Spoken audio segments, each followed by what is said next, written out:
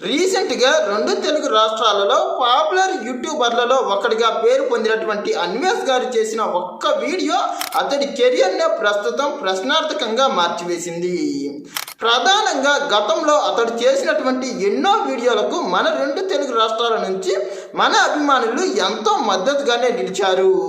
కానీ ప్రస్తుతం ఇతడు చేసిన ఈ ఒక్క వీడియో అతడి కెరియర్నే ప్రశ్నార్థకంగా మార్చివేస్తూ ఏకంగా మన రెండు తెలుగు రాష్ట్రాల నుండి ఎంతో మంది శత్రువులను సంపాదించుకున్నాడనే చెప్పాలి.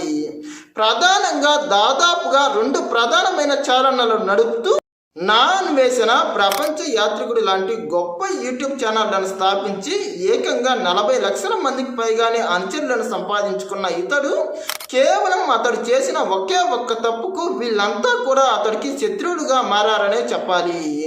ప్రధానంగా ఇంతమంది అనుచర గణం సంపాదించుకున్న ఒక సెలబ్రిటీగా మారిన ఇతడు ఎలాంటి వ్యాఖ్యలు చేయాలి, ఎలాంటి వర్డ్స్ వాడాలి అన్న కనీస ఇంకిత జ్ఞానం లేకుండా అనవసరమైనటువంటి పరిసమైన పదాలతో ఏకంగా ఇస్లాం మతాన్ని, హిందూ మతాలను దూషిస్తూ వాళ్ళ యొక్క మతాల్లో దాదాపుగా స్త్రీలను అణిచివేశారు అన్న దుర్భసలాడడమే కాకుండా ఏకంగా కీరదోసకాయ మరియు పుచ్చకాయను తీసుకొని వచ్చి కొన్ని విధాలైనటువంటి లైంగిక అంగాల గురించి అత్యంత పౌరుష పదజాలం వాడి వివరించడం, నిజంగా అసలు ఇతడు ఇంత దుర్మార్గమైన వీడియో చేయడం నిజంగా చాలా చాలా బాధాకరమైన అంశమనే చెప్పాలి. అసలు ఇతడు చేసిన వీడియోకు మరియు జరిగిన విషయానికి సంబంధమే లేదు.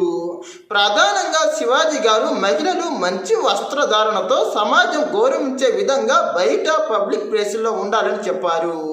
కానీ ఇతడు మాత్రం ఏకంగా ఎలాంటి దుస్తులు కూడా లేకుండా మహిళలు తమకు ఇష్టం వచ్చినట్టు చిన్న చిన్న గుడ్డ ముక్కలు కూడా వేసుకొని తిరగవచ్చని చెప్పడం నిజంగా చాలా చాలా హాస్యాస్పదమనే చెప్పాలి. అసలు ఇతడు ఎలాంటి దృష్టితో, ఎలాంటి కోణంతో ఆలోచించి ఇలా చెప్పాడో మనం అస్సలు ప్రశ్నించుకోవాలి. ప్రధానంగా ఇలాంటి వాళ్ళు యూట్యూబ్ ఛానళ్ళు పెట్టి ఎలా సక్సెస్ అవుతున్నారని కూడా మనం ప్రధానంగా ఆలోచించాలి. ప్రస్తుతం మన రెండు తెలుగు రాష్ట్రాల్లో చాలా గొప్పగా ఆరాధించే వ్యక్తులలో గరికపాటి గారు ఒకరు. మరి అలాంటి గొప్ప వ్యక్తి చెప్పినటువంటి వేదాంతాలను కూడా ఇతడు చాలా సిల్లీగా చూపిస్తూ అతడిని చాలా చాలా దారుణమైన పదాలతో విమర్శించడం నిజంగా అసలు ఇతడి జ్ఞానం ఎలాంటిదో అర్థం చేసుకోవాలి. ప్రధానంగా రాజ్యాంగం ఇచ్చిన హక్కు ప్రకారం ఎదుటివారిని విమర్శించవచ్చు, కానీ ఆ విమర్శలు అనేవి అందరూ ఆమోదించే విధంగా సహేతుకంగానే ఉండాలి. కానీ ఇతడు మరీ అత్యంత పరిచయమైన పదాలతో, చాలా హీనాదిహీనమైన భాషతో అత్యంత దుర్భాషణంగా మాట్లాడడం నిజంగా ఇతడి మైండ్ సెట్ ఎలాంటిదో అర్థం చేసుకోవాలి. అసలు శివాజీ గారు చెప్పింది ఒక అంశం అయితే ఇతడు ఏకంగా మహిళల యొక్క ప్రైవేట్ పార్ట్స్ను చూపిస్తూ వాళ్ళ గురించి చాలా వ్యంగ్యంగా చెప్పడం, మగవాళ్ళ గురించి మరీ ద్వేషంగా చెప్పడం నిజంగా చాలా చాలా హీనమైన చర్యగా చెప్పాలి. ప్రధానంగా ఇతడి ఉద్దేశం ప్రకారం మహిళల హక్కుల కోసం, మహిళల స్వేచ్ఛ కోసం అతడు పోరాడుతున్నాను అనడంలో ఎలాంటి తప్పే లేదు. కానీ అతడు వాడిన భాష పద్యాలం అనేది చాలా చాలా అన్యాయంగా ఉందనే చెప్పాలి. అసలు కీరదోసకాయ, పుచ్చకాయను చూపించడం నిజంగా అసలు అతడి మైండ్ సెట్ ఎలా పోతున్నదో అర్థం చేసుకోవాలి. ఇక అంతటితో ఆగకుండా మన పురాణాల్లో, చరిత్రలో హిందూ మతంలోనే గొప్ప వాళ్ళగా, దేవతలుగా పూజించబడుతున్నటువంటి సీతమ్మ తల్లి మరియు ద్రౌపది మాతల గురించి ఇతడు చేసిన వ్యాఖ్యలు ప్రస్తుతం యావత్ హిందూ మతస్థుడు కూడా ఇతడిని తీవ్రంగా విమర్శిస్తున్నాడు. అసలు వీళ్ళు పవిత్రతకే మరో రూపం అన్న విధంగా వాళ్ళు చరిత్రలో పరిగణించబడ్డారు. మరి అలాంటి వాళ్ళని గురించి రేపులు చేశారా, ఎలాంటి షర్టులు వేసుకున్నారు వంటి పరిచయమైన పదాలు వాడడం నిజంగా అసలు ఎలాంటి జ్ఞానవంతుడో అర్థం చేసుకోవాలి. దాదాపుగా ప్రపంచంలోని 100కు పైగా దేశాలను తిరిగి వచ్చానని చెబుతున్న ఇతడు మన పురాణాల్లో ఉన్నటువంటి గొప్ప దేవతలుగా పేరుగాంచిన వీళ్ళపై ఇలా అసభ్యకరమైన పదాలు వాడడం నిజంగా అసలు ఇతడి యొక్క మైండ్ సెట్ ఎలాంటిదో అర్థం చేసుకోవాలి. ప్రధానంగా అతడు విదేశీ కల్చర్కు అలవాటు పడడం అనేది అతడి యొక్క హక్కనే చెప్పాలి. ఇది మనం ఎవరం కాదని లేనిదే. కానీ తనకు ఇష్టం వచ్చినట్టు బ్రతుకుతూ పక్క మతాలు మరియు వేరే వాళ్ళ మతాలను కూడా గౌరవించాలి అన్న కనీస ఇంకిత జ్ఞానం లేకుండా ప్రపంచంలో గొప్ప మేధావి తత్వవేత్తగా పేరు పొందినటువంటి అరిస్టాటిల్ లాంటి వారే ఈ ప్రపంచంలో ఉన్నటువంటి మతాలన్నింటిలో హిందూ మతం చాలా గొప్పదని, హిందూ మతం స్త్రీని దేవతగా పూజిస్తుందని చెప్పాడంటేనే మన హిందూ మతం యొక్క గొప్పతనం ఏంటో అర్థం చేసుకోవాలి. కానీ ఇతడు మాత్రం హిందూ మతం గురించి, హిందూ మతంలో స్త్రీలను అణచివేస్తున్నారని, వాళ్ళ యొక్క స్వేచ్ఛను హరిస్తున్నారని, వాళ్ళ యొక్క ప్రైవేట్ పార్ట్స్ని ముడిపెట్టి చెప్పడం నిజంగా చాలా చాలా బాధాకరమైన అంశమనే చెప్పాలి. ఒకవేళ వాళ్ళను గనక అణచివేస్తే స్త్రీలే చెప్పాలి. కానీ వాళ్ళెవరూ ముందుకు రాకపోగా ఇతడు ఇలా దరిద్రపు వ్యాఖ్యలతో వివరించడం నిజంగా చాలా చాలా హాస్యాస్పదమనే చెప్పాలి. అంతేకాకుండా ఇతడు ప్రపంచం మొత్తం దాదాపుగా 100 దేశాలు తిరిగి సంపాదించుకున్న జ్ఞానం ఏంటని ప్రస్తుతం సోషల్ మీడియా వ్యాప్తంగా ఇతడి పైన విమర్శలు అనేవి చాలా మొత్తంలో వెలువెత్తుతున్నాయి.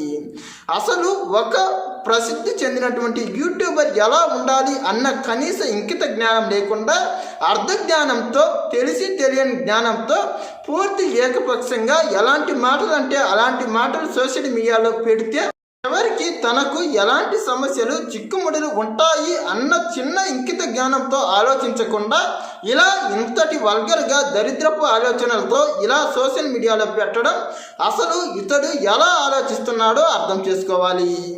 ఎంతోమంది మహిళలతో అనైతిక సంబంధాలు పెట్టుకుని ఎన్నో విధాలైనటువంటి దరిద్రపు చేష్టలు చేస్తున్న ఎంతోమంది చూసి చూడనట్టు ఊడుకున్నప్పటికీ ఇప్పుడు ఏకంగా మతాల గురించే ఇలా యూట్యూబ్లో పెట్టడం ప్రస్తుతం నిజంగా చాలా చాలా బాధాకరమైన అంశమనే చెప్పాలి.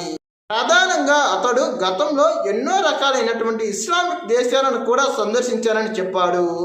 మరి అక్కడ ఎంతోమంది స్త్రీలు అసలు శరీరం యొక్క చిన్న పార్ట్ కూడా కనపడకుండా గుర్కాలు ఎందుకు ధరిస్తున్నారు అన్న ప్రశ్న వాళ్ళనే అడగవచ్చు కదా. అది వాళ్ళ యొక్క మతాలకు సంబంధించింది. అలా ఎవరిని కించపరచడం, అడగడం మరియు వాళ్ళ యొక్క ఆచార వ్యవహారాలను ప్రశ్నించడం చేయకూడదు. మరి ఇలాంటి చిన్న ఇంకిత జ్ఞానం, చిన్న ఆలోచన చేయకుండా మహిళల గురించి అత్యంత చండాలమైన దారుణ పదాలు వాడడం నిజంగా అతడి యొక్క మైండ్ సెట్ ఏంటో అర్థం చేసుకోవాలి. అసలు మన 2 తెలుగు రాష్ట్రాల్లో ఫేమస్ యూట్యూబర్లలో ఒకడిగా, గొప్ప ప్రవచనకర్తలలో ఒకడిగా చెప్పబడే గరికపాటి గారి లాంటి గొప్ప వ్యక్తిని ఇతడు అత్యంత దారుణమైన పదజాలంతో దుర్భాషలాడడం కూడా అసలు ఇతడు ఎలాంటి భావజాలంతో, ఎలాంటి ఆలోచనలతో ఇలా విమర్శలు గావిస్తున్నారో ఇతడి యొక్క మైండ్ సెట్ ఎలాంటిదో మనం అర్థం చేసుకోవాలి. ఒక సాధారణ యూట్యూబర్ కనీసం యూట్యూబ్లో సక్సెస్ అవ్వడానికి మినిమం 3 నెలలు పడుతుంది. ఈ సమయంలో అతడు చాలా దారుణమైన ప్రయత్నాలు చేసి ఎన్నో కష్టాలు పడితే కానీ చివరికి సక్సెస్ కాదు.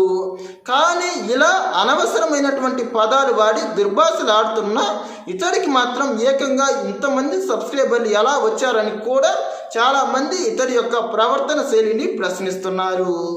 అసలు గతంలో ఇతడు ఎన్నో విధాలుగా ప్రపంచంలో ఉన్నటువంటి ఎన్నో తెలియని ప్లేసులను కూడా ప్రపంచానికి, మన తెలుగు రాష్ట్రాలకు ప్రత్యేకంగా పరిచయం చేశాడు.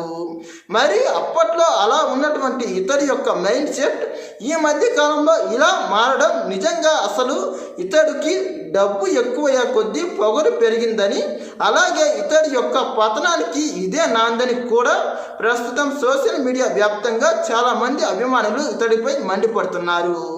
అంతేకాకుండా అతడే గనక ప్రస్తుతం ఇక్కడికి వస్తే మాత్రం ప్రధానంగా మన హిందూ మతస్థులు మాత్రం అతడిని వదలరు.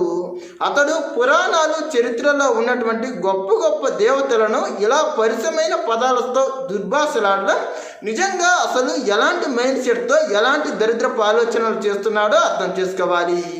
ప్రధానంగా విదేశాల్లో బిక్నీల్లో ఉండడం అతడు చూసే ఉంటాడు, కాదనలేదు.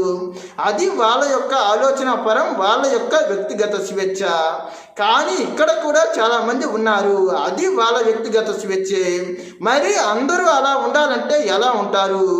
పబ్లిక్ వేరు, ప్రైవేట్ వేరు. అలాగే ఇంట్లో ఉన్న బెడ్రూమ్ వేరు, పబ్లిక్ ప్లేసులు వేరు. దీనిపై కనీస అవగాహన లేకుండా ఇతడు చాలామంది అనుచరులు ఉన్నప్పటికీ ఇలా అత్యంత పరిచయమైన పదాలు వాడి వాళ్లకు ఇన్స్పిరేషన్గా నిలిచాడన్న గర్వంతో ఇలా మాట్లాడడం నిజంగా చాలా చాలా దారుణమైన అంశమనే చెప్పాలి.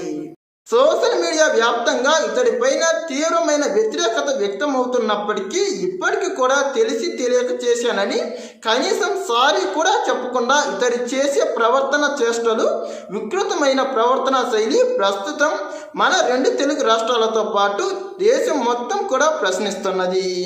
అసలు ఇలాంటి యూట్యూబర్ విదేశాల్లో ఉంటూ మన దేశాన్ని అవమానించాడని కూడా చాలా వరకు ఇతడిపైన వ్యంగ్యాస్త్రాలు సంధిస్తున్నారు. మరి రాబోయే రోజుల్లో మన హిందూ కార్యకర్తలు లేదా మన హిందూ మతాభిమానులు మరియు మన ప్రభుత్వాలు ఇతడిపైన ఎలాంటి చర్యలు తీసుకుంటాయో చూడాలి. ఇలాంటి మరిన్ని ఇంట్రెస్టింగ్ వీడియోస్ కోసం మా ఛానల్ను సబ్స్క్రైబ్ చేయండి. ఈ వీడియో నచ్చితే లైక్, షేర్, కామెంట్.